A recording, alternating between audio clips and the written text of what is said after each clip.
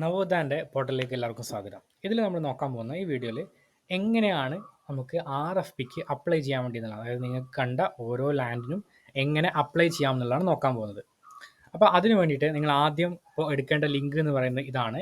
നിങ്ങൾ ബ്രൗസർ എടുത്തിട്ട് rfp.capco.co.in അടിച്ചാൽ മതി. ഓക്കെ, ഈ ഒരു ലിങ്ക് നിങ്ങൾ കോപ്പി ചെയ്തിട്ട് ബ്രൗസറിലേക്ക് പേസ്റ്റ് ചെയ്യാം.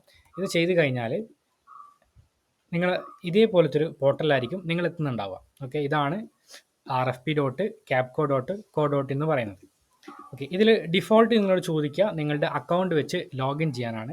നിങ്ങളുടെ മൊബൈൽ നമ്പറും പിൻ നമ്പറും നിങ്ങൾ ജനറേറ്റ് ചെയ്ത പിന്നും കൊടുത്തിട്ട് ലോഗിൻ ചെയ്യാം.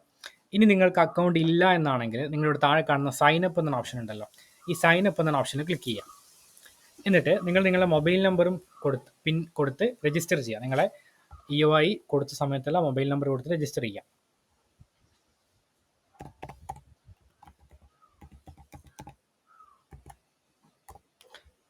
നമ്മൾ 10 മൊബൈൽ നമ്പർ കൊടുക്കുക.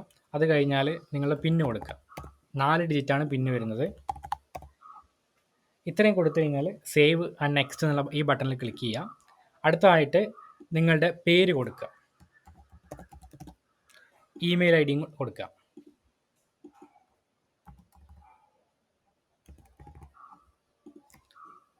ഈ സേവ് ബട്ടൺ ക്ലിക്ക് ചെയ്ത് കഴിഞ്ഞാൽ നിങ്ങളുടെ അക്കൗണ്ട് ക്രിയേറ്റർ ആയിട്ടുണ്ട്. ഇവിടെ സക്സസ് എന്നൊരു പച്ച ടിക്ക് വന്നു കഴിഞ്ഞാൽ നിങ്ങളത് ഓക്കെ ആയിട്ടുണ്ട്.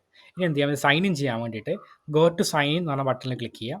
നിങ്ങളിപ്പോൾ കൊടുത്ത നിങ്ങളുടെ ഈ ഒരു ക്രെഡൻഷ്യൽസ് വെച്ചിട്ട് എന്ത് ചെയ്യുക, ലോഗിൻ ചെയ്യുക. നിങ്ങൾ കൊടുത്ത ആ ഒരു യൂസറിനെ നിങ്ങളുടെ മൊബൈൽ നമ്പർ ആയിരിക്കും. പാസ്വേഡ് എന്ന് പറയുന്നത് നിങ്ങളിപ്പോൾ കൊടുത്ത പാസ്വേഡ് ആയിരിക്കും, ഒരു 4 ഡിജിറ്റ്. പിന്നെ നിങ്ങളെ അക്കൗണ്ട് ഇങ്ങനെ ഇൻവാലിഡ് ആണ് കാണിക്കുന്നതെന്നുണ്ടെങ്കിൽ അക്കൗണ്ട് വെരിഫിക്കേഷന് വേണ്ടി പെൻഡിങ് ആണ്. നമ്മളെ ഭാഗത്ത് നിന്ന് വെരിഫിക്കേഷൻ ചെയ്ത് കഴിഞ്ഞിട്ട് എന്ത് ചെയ്യും, അക്കൗണ്ട് ഓപ്പൺ ആക്കി തരും. ഇനി ഓൾറെഡി വെരിഫൈ ആയി കഴിഞ്ഞാൽ നിങ്ങളൊരു 5 മിനിറ്റ് 10 മിനിറ്റ് വെയിറ്റ് ചെയ്താൽ മതിയോ, അപ്പോഴത്തേക്ക് നിങ്ങളുടെ അക്കൗണ്ട് എന്ത് ചെയ്യും, ആക്സസ് ആവും. നിങ്ങൾ അക്കൗണ്ട് വെരിഫൈഡ് ആയി കഴിഞ്ഞാൽ ഈ ഒരു കാണുന്ന ഇതിൽ ക്ലിക്ക് ചെയ്തിട്ട്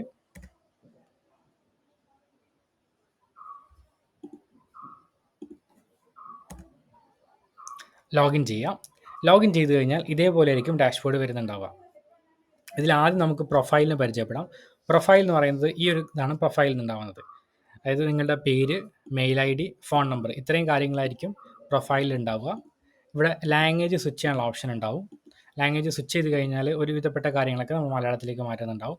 നിങ്ങൾക്ക് FAQ സെക്ഷൻ ഉണ്ട്. FAQ എന്ന് പറഞ്ഞാൽ നിങ്ങൾക്ക് ഇതിലുള്ള ഓൾമോസ്റ്റ് ക്വസ്റ്റ്യൻസ് ഒക്കെ നമ്മൾ ഇതിനകത്ത് FAQ ആയിട്ട് ഇട്ടിട്ടുണ്ട്. നിങ്ങൾക്ക് ഇത് എന്ത് ചെയ്യാൻ, വായിച്ച് നോക്കാവുന്നതാണ്. ദെൻ ഓരോ ലാൻഡിൻ്റെ ഇൻഫർമേഷനും ഇവിടെ നിങ്ങൾക്ക് മലയാളത്തിലും ഇംഗ്ലീഷിലും അവൈലബിൾ ആയിരിക്കും. ഇത് നിങ്ങൾക്ക് വായിച്ച് നോക്കാവുന്നതാണ്. അപ്പോൾ ആദ്യം പ്രൊഫൈൽ സെക്ഷനാണ്. അവിടെ നമുക്ക് ലാംഗ്വേജ്, നിങ്ങളുടെ ലാംഗ്വേജ് ചൂസ് ചെയ്യാം. അപ്പോൾ FAQ സെക്ഷനാണ്. അവിടെ നിങ്ങളോട് പറഞ്ഞു നിങ്ങൾക്ക് എന്തെങ്കിലും ഡൗട്ടോ കാര്യങ്ങളോ ഉണ്ടെങ്കിൽ നിങ്ങൾ സെർച്ച് ചെയ്ത് നോക്കാം. ഇവിടെ നിങ്ങൾ ഈ ഒരു ഡൗട്ടും കാര്യത്തിനകത്ത് അവൈലബിൾ ആണോ, ആൻസേർഡ് ആണോ എന്നുള്ളത്. ഇനി അതല്ല കൂടുതലായിട്ട് ഡൗട്ട് ഉണ്ടെങ്കിൽ നമുക്ക് ഞങ്ങളെ ബന്ധപ്പെടാം. അടുത്തായിട്ട് ഹോം സ്ക്രീനിലേക്ക് നമുക്ക് വരാം. ഇതാണ് മെയിൻ ഹോം സ്ക്രീൻ. നിങ്ങൾ കയറുമ്പോൾ തന്നെ നിങ്ങൾക്ക് കാണുന്ന ഡാഷ്ബോർഡാണിത്. അടുത്തായിട്ട് ഇവിടെ ഒരു അപ്ലൈ ഫോർ RFP എന്നൊരു ഫീച്ചർ ഉണ്ട്. അത് നമുക്ക് പതിയെ പരിചയപ്പെടാം. അപ്പം ഇവിടെ വന്നു കഴിഞ്ഞാൽ നിങ്ങൾക്ക് കാണാവുന്നത് ആസ് ഓഫ് നൗ, അതായത് കറൻ്റ്ലി നമ്മളെ കയ്യിൽ അവൈലബിൾ ആയിട്ടുള്ള ലാൻഡുകളാണ് ഈ കാണുന്നത്. ഇവിടെ നിങ്ങളിപ്പം സപ്പോസ് മലപ്പുറത്താണ് നോക്കുന്നതെന്നുണ്ടെങ്കിൽ നിങ്ങൾക്ക് മലപ്പുറം ചൂസ് ചെയ്ത് കൊടുക്കാം. അപ്പം മലപ്പുറത്ത് അവൈലബിൾ ആയിട്ടുള്ള ലാൻഡ്, വഴിക്കടവ് ഒരു ലാൻഡ് അവൈലബിൾ ആണ്, 237 ഏക്കർ ഉണ്ട്. ഇതിൽ ക്ലിക്ക് ചെയ്ത് കഴിഞ്ഞാൽ ഇത് നമുക്ക് കാണാൻ പറ്റും. ഇത് പ്ലാന്റേഷൻ കോർപ്പറേഷൻ്റെ ലാൻഡാണ്. മാനേജറെ കോൺടാക്ട് ഡീറ്റെയിൽസ് അല്ലാണ്ട് നിങ്ങൾക്ക് വേണമെന്നുണ്ടെങ്കിൽ എന്ത് ചെയ്യാം, ഈ മാനേജറെ കോൺടാക്ട് ചെയ്ത് അവിടെ പോയി നോക്കി നിങ്ങൾക്ക് സൂട്ടബിൾ ആണോ എങ്ങനെയെന്നൊക്കെ അറിഞ്ഞിട്ട് മാത്രം നിങ്ങൾ എന്ത് മതി, RFP അപ്ലൈ ചെയ്താൽ മതി. അപ്പോൾ ലാൻഡ് റിലേറ്റഡ് ഇൻഫർമേഷൻസ് ഒക്കെ നമ്മളിവിടെ കൊടുത്തിട്ടുണ്ട്. അതേപോലെ ഒരു തിരുവനന്തപുരത്താണ് ഒരു ലാൻഡ് നോക്കുന്നതെങ്കിൽ നമുക്ക് തിരുവനന്തപുരം സെലക്ട് ചെയ്യാം. തിരുവനന്തപുരത്ത് 3 ലാൻഡ് അവൈലബിൾ ആണ്. പക്ഷേ ഇതൊക്കെ ചെറിയ ചെറിയ ലാൻഡുകളാണ്. 2 ഏക്കർ 1 ഏക്കറേ ഉള്ളൂ. നിങ്ങൾ അത്ര ചെറിയ ലാൻഡാണ് നോക്കുന്നതെങ്കിൽ നിങ്ങൾക്ക് അത് ചൂസ് ചെയ്യാം. അപ്പോൾ അതിൽ ഓരോ ലാൻഡിലും ക്ലിക്ക് ചെയ്ത് കഴിഞ്ഞാൽ അവൈലബിൾ ആയിട്ടുള്ള ഇൻഫർമേഷൻസ് എല്ലാം നമ്മളവിടെ കൊടുത്തിട്ടുണ്ട്. അപ്പോൾ ഒന്നാമത്തെ ഓപ്ഷൻ എന്ന് പറയുന്നത് ലാൻഡാണ്. നമ്മുടെ കയ്യിൽ RFPക്ക് ഇട്ടിട്ടുള്ള 20 ലാൻഡുകളാണുള്ളത്. ആ 20 ലാൻഡുകൾ ഇവിടെ കൊടുത്തിട്ടുണ്ട്. അത് പലതും പല ഏക്കേഴ്സാണ്. ചെറിയ ചെറിയ ഏക്കേഴ്സ്, 1 ഏക്കർ 60 സെൻറ്റ്, 2 ഏക്കർ അങ്ങനെ ഉള്ളതുണ്ട്. 14 ഏക്കർ, 15 ഏക്കർ, 600 ഏക്കർ വരെ ഉള്ളതുണ്ട്. അപ്പോൾ നിങ്ങൾക്ക് സ്യൂട്ടബിൾ ഏതാണോ അത് നോക്കി സെലക്ട് ചെയ്ത് നിങ്ങൾ പറ്റുമെങ്കിൽ ഫീൽഡ് വിസിറ്റ് ഒക്കെ ചെയ്തിട്ട് വേണം നിങ്ങൾ എന്ത് ചെയ്യാൻ വേണ്ടി, ആ ഒരു ലാൻഡിന് അഗെയിൻസ്റ്റ് RFP അപ്ലൈ ചെയ്യാൻ വേണ്ടിയിട്ട്. ഞാനിപ്പം പ്ലാന്റേഷൻ കോർപ്പറേഷൻ്റെ ഒരു ലാൻഡ് എടുക്കാൻ പോവാണ്. അതായത് പ്ലാന്റേഷൻ കോർപ്പറേഷൻ്റെ ഇത് കാഞ്ഞങ്ങാടുള്ള ലാൻഡാണ്. ഞാൻ നോക്കി വെച്ച ലാൻഡ് പ്ലാന്റേഷൻ കോർപ്പറേഷൻ്റെ കാഞ്ഞങ്ങാട് 642 ഏക്കർ ഉണ്ട്. നമ്മളെങ്ങനെ ചെയ്യുന്നത് വെച്ചാൽ 10 ഏക്കറിനെ ഒരു യൂണിറ്റിൽ നിന്ന് നമ്മൾ വിളിക്കുക. അപ്പോൾ നിങ്ങൾക്ക് അങ്ങനെ 50 ഏക്കർ വേണമെങ്കിൽ 5 യൂണിറ്റ് നിങ്ങൾ സെലക്ട് ചെയ്ത് അപ്ലൈ ചെയ്യണം. ഞാൻ പ്ലാന്റേഷൻ കോർപ്പറേഷൻ്റെ 2 ലാൻഡാണ് എടുക്കാൻ ഉദ്ദേശിക്കുന്നത്. അപ്പം പ്ലാന്റേഷൻ കോർപ്പറേഷൻ 2 ലാൻഡും പിന്നെ എനിക്ക് കോട്ടയത്തുള്ള കൈപ്പുഴയിലുള്ള ഒരു ഏക്കറുള്ള ഒരു ചെറിയ ലാൻഡ് ഉണ്ട്. അതും ഞാൻ അപ്ലൈ ചെയ്യാൻ ഉദ്ദേശിക്കുന്നുണ്ട്. അപ്പോൾ അതിന് നമ്മൾ സബ് യൂണിറ്റ് എന്നാണ് വിളിക്കുക. 10 ഏക്കർ താഴെയുള്ളതിനൊക്കെ സബ് യൂണിറ്റ് എന്നാണ് വിളിക്കുക. അപ്പോൾ ഈ 2 ലാൻഡ് നമുക്ക് എങ്ങനെ അപ്ലൈ ചെയ്യാമെന്നുള്ളത് നോക്കാം. അതിന് വേണ്ടിയിട്ട് അപ്ലൈ ഫോർ RFP എന്ന സെക്ഷനിലേക്ക് വരിക. ഇവിടെ ഇതെല്ലാം എന്താണ് നിങ്ങൾ അപ്ലൈ ചെയ്യേണ്ട ഫീൽഡുകളാണ്. ഇവിടുത്തെ പ്രത്യേകത ഈ ഓരോ ഫീൽഡിനും ഓരോ മാർക്കുകളുണ്ട്. അപ്പോൾ നിങ്ങൾ എന്ത് ചെയ്യണം, അത് പ്രോപ്പറായിട്ട് ചെക്ക് ചെയ്ത് നോക്കണം. ചെക്ക് ചെയ്തിട്ട് വേണം ഫില്ല് ചെയ്യാൻ. അതായത് ഒന്നും വിട്ടു പോകരുത്, കാരണം ഓരോന്നിനും മാർക്കുകളുണ്ട്. ഇവിടെ മുതൽ ഇതിനെ നമ്മൾ ടെക്നിക്കൽ പ്രൊപ്പോസൽ സബ്മിഷൻ ഫോം എന്നാണ് പറയുക. നിങ്ങളുടെ ടെക്നിക്കൽ നോളജാണ് ഇവിടെ മെഷർ ചെയ്യുന്നതും വാലിഡേറ്റ് ചെയ്യുന്നതും. ഈ ഒന്നാമത്തെ കാണുന്ന സെക്ഷനും രണ്ടാമത്തെ കാണുന്ന സെക്ഷനും എല്ലാവരും ഫില്ല് ചെയ്യേണ്ടതാണ്. ഇതുവരെ ഇത്രയും എല്ലാവരും ഫില്ല് ചെയ്യണം.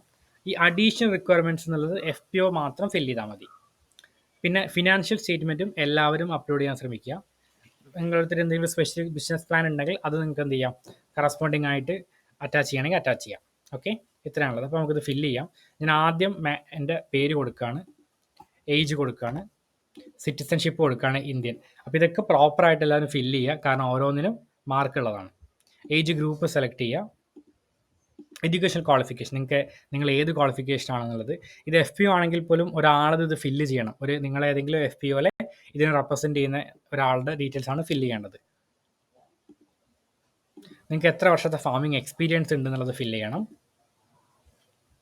നിങ്ങൾക്ക് ഏതെങ്കിലും ഫർദർ ഫോർവേഡ് മാർക്കറ്റ്സുമായി ടൈപ്പോ കാര്യങ്ങളോ ഉണ്ടോ, അങ്ങനെ എന്തെങ്കിലുമൊക്കെ ഉണ്ടെങ്കിൽ നിങ്ങളത് സെലക്ട് ചെയ്യുക. ഒന്നും ഇല്ലയെന്നാണെങ്കിൽ നിങ്ങളിത് ഒന്നും സെലക്ട് ചെയ്യാതെ വിട്ടാൽ മതി. ഉണ്ടെന്നാണെങ്കിൽ അത് സെലക്ട് ചെയ്യുക.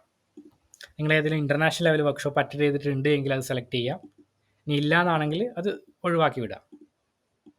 പക്ഷേ നിങ്ങൾ ശ്രദ്ധിക്കേണ്ട കാര്യം, നിങ്ങൾ മാക്സിമം സെലക്ട് ചെയ്യണം മാർക്കിന് വേണ്ടിയിട്ട്. കാരണം ഓരോ ലാൻഡും ഒരു പോയിന്റ് ഓഫ് ഇവാലുവേഷൻ ടെക്നിക്കൽ പ്രൊപ്പോസലിലെ മാർക്കാണ്. ദെൻ നിങ്ങൾ FPCയിലെ മെമ്പർ ആണെങ്കിൽ അത് സെലക്ട് ചെയ്യാം. നിങ്ങൾക്ക് ഹൈടെക് ഫാമിംഗ് പ്രാക്ടീസസ്, അതായത് ന്യൂനതമായ ടെക്നോളജിയൊക്കെ യൂസ് ചെയ്ത് ഫാം ചെയ്യുന്ന ആളാണെങ്കിൽ അങ്ങനെ എത്ര വർഷത്തെ എക്സ്പീരിയൻസ് ഉണ്ടോ അത് സെലക്ട് ചെയ്യാം. എന്തെങ്കിലും ഇന്നോവേഷനോ ഫാമിംഗ് മെത്തേഡ്സ് യൂസ് ചെയ്യുന്ന ആളാണെങ്കിൽ അത് കൊടുക്കുക. അതുപോലെ നിങ്ങൾ പരമ്പരാഗത കൃഷിയാണെങ്കിൽ അത് കൊടുക്കുക.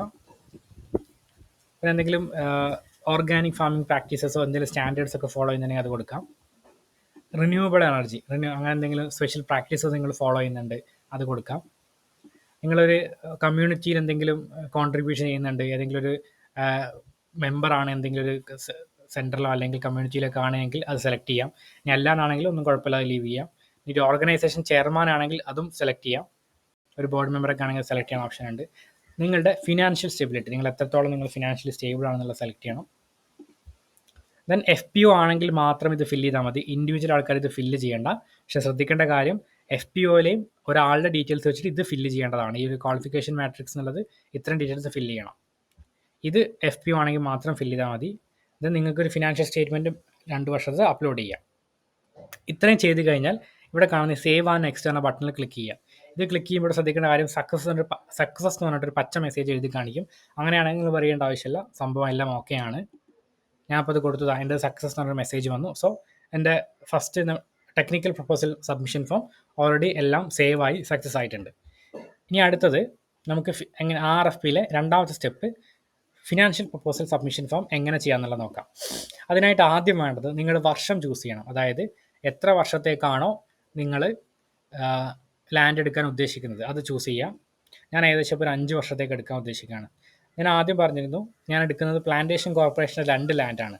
അപ്പോൾ ഞാൻ പ്ലാന്റേഷൻ കോർപ്പറേഷൻ്റെ മലപ്പുറത്തുള്ളതാണ്, കാഞ്ഞങ്ങാടുള്ള യൂണിറ്റ് കാണിക്കുന്നുണ്ട്. ഞാൻ മലപ്പുറത്തുള്ള ലാൻഡാണ് ഞാൻ നോക്കുന്നത്. Plantation corporation Vazhikkadavu unit 1 10 acre. ഞാൻ ആ യൂണിറ്റ് സെലക്ട് ചെയ്തു. ഇനി അതിന് ഞാൻ ഓരോ വർഷവും 5 വർഷമുണ്ട്, ഓരോ വർഷവും എത്ര എമൗണ്ട് വെച്ചാണ് കൊടുക്കാൻ ഉദ്ദേശിക്കുന്നത്.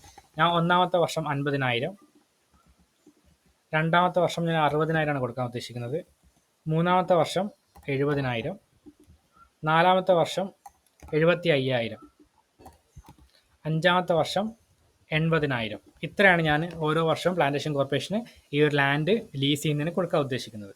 ഇനി രണ്ടാമത് എനിക്ക് ആഡ് ആക്കണമെന്നുണ്ടെങ്കിൽ ഇവിടെ ആഡ് നെക്സ്റ്റ് എന്ന ഓപ്ഷൻ ഉണ്ടാവില്ല, അതിൽ ക്ലിക്ക് ചെയ്യാം. ഇതിലെ പ്ലാന്റേഷൻ കോർപ്പറേഷൻ്റെ വഴിക്കടവുള്ള രണ്ടാമത്തെ യൂണിറ്റ് ഞാൻ സെലക്ട് ചെയ്യാം. യൂണിറ്റ് നിങ്ങൾ നമ്പർ ഓർഡർ പ്രകാരം സെലക്ട് ചെയ്യണമെന്നല്ല, നിങ്ങൾക്ക് ഇഷ്ടമുള്ള യൂണിറ്റ് സെലക്ട് ചെയ്യാം. ഞാൻ ഇപ്പോൾ യൂണിറ്റ് 11 ആണ് സെലക്ട് ചെയ്തത്. പക്ഷേ ശ്രദ്ധിച്ചാൽ മതി, ഒരു യൂണിറ്റ് ആണ് 10 ഏക്കർ അത്രയേ ഉള്ളൂ. ഞാൻ ഇതിനും സെയിം എമൗണ്ട് തന്നെയാണ് കൊടുക്കാൻ ഉദ്ദേശിക്കുന്നത്, ചെറിയൊരു വേരിയേഷനിൽ 50,000 സ്റ്റാർട്ട് ചെയ്യുന്നു. എന്നാൽ രണ്ടാമത്തെ വർഷം ഞാൻ 55 ആണ് കൊടുക്കാൻ ഉദ്ദേശിക്കുന്നത്. ഇവിടെ 60,000 ആണ് കൊടുക്കാൻ ഉദ്ദേശിക്കുന്നത്. ഇവിടെയും 60,000 തന്നെയാണ് കൊടുക്കാൻ ഉദ്ദേശിക്കുന്നത്. മൂന്നാമത്തെ വർഷം 70,000 കൊടുക്കാൻ ഉദ്ദേശിക്കുന്നു. അപ്പോൾ ഇവിടെ എൻ്റെ ടോട്ടൽ ബിഡ് വാല്യൂ ഈ ഒരു യൂണിറ്റിന് വേണ്ടിയിട്ടുള്ളത് 3,33,000. ഇവിടെ എൻ്റെ ടോട്ടൽ വാല്യൂ 2,95,000 ഇത്രയാണ് വന്നിട്ടുള്ളത്. അപ്പോൾ ഇതും ഇപ്പം സപ്പോസ് ഈ ഒരു യൂണിറ്റിന് വേറൊരാളും കൂടെ കൊടുത്തിട്ടുണ്ടെങ്കിൽ അയാളുടെ എമൗണ്ടും മാർക്കും വെച്ചിട്ടാണ് ഒരു ഫൈനൽ ഡിസിഷൻ എടുക്കുക. രണ്ടാമത്തെ ഒരു സബ് യൂണിറ്റ് ആണ് ഞാൻ ഉദ്ദേശിച്ചൊരു ചെറിയൊരു സബ് യൂണിറ്റ് എടുക്കാൻ ഉദ്ദേശിക്കുന്നുണ്ട്. ഞാൻ കൈപ്പുഴയിലുള്ള ഒരു സബ് യൂണിറ്റാണ് എടുക്കുന്നത്. അതിനുവേണ്ടി ഞാൻ എമൗണ്ട് ഏകദേശം 15,000 ആണ് ഒന്നാമത്തെ വർഷം കൊടുക്കാൻ ഉദ്ദേശിക്കുന്നത്. അപ്പോൾ രണ്ടാമത്തെ വർഷം 15,000 തന്നെ, മൂന്നാമത്തെ വർഷം അത് 20,000 ആക്കുന്നുണ്ട്, നാലാമത്തെ വർഷം 25,000, അഞ്ചാമത്തെ വർഷം 30,000. ഓക്കെ, ഇത്രയും ചെയ്ത് കഴിഞ്ഞാൽ ഞാനിപ്പം 3 ലാൻഡ് സെലക്ട് ചെയ്തു. 2 യൂണിറ്റ്. ശ്രദ്ധിക്കേണ്ട കാര്യം, യൂണിറ്റ് എന്ന് പറയുന്നത് 10 ഏക്കറിൻ്റെ ഒരു ലാൻഡ് പാർസലിനെയാണ് നമ്മൾ യൂണിറ്റ് എന്ന് പറയാം. 5 ഏക്കറിൻ്റെ അല്ലെങ്കിൽ 10-ൽ താഴെയുള്ള ലാൻഡ് പാർസൽസാണ് സബ് യൂണിറ്റ് എന്ന് പറയാം. ഇത്രയും ചെയ്ത് കഴിഞ്ഞാൽ ഇവിടെ ഡേറ്റ് കാണിക്കും, ഇന്നത്തെ ഡേറ്റ്, എൻ്റെ ടോട്ടൽ എമൗണ്ട് ഇവിടെ കാണിക്കുന്നുണ്ട്. ടോട്ടൽ ഇവിടെ എല്ലാ ബിഡും കൂടെ ടോട്ടൽ എത്ര വാല്യൂ ഉണ്ടെന്നുള്ളത് ഇതെല്ലാം നിങ്ങൾ വായിച്ച് ഓക്കെ ആണ് കഴിഞ്ഞാൽ ഈ സബ്മിറ്റ് ബട്ടൺ ക്ലിക്ക് ചെയ്യാം. ഇത് സബ്മിറ്റ് ആയി കഴിഞ്ഞാൽ ഇങ്ങനെ കാണിക്കുന്നതായിരിക്കും, നിങ്ങളെ RFP സബ്മിറ്റ് ആയി കഴിഞ്ഞു. ഓക്കെ, സോ ഇത്രയാണ് നമ്മൾ RFP ആപ്ലിക്കേഷൻ പ്രോസസ്സ് ഉള്ളത്. അപ്പോൾ നിങ്ങൾക്ക് എല്ലാം മനസ്സിലായെന്ന് പ്രതീക്ഷിക്കുന്നു. എന്തെങ്കിലും ഡൗട്ടോ കാര്യങ്ങളുണ്ടെങ്കിൽ നമ്മളെ കോൺടാക്ട് ചെയ്താൽ ക്ലിയർ ചെയ്ത് തരുന്നതാണ്. Thank you.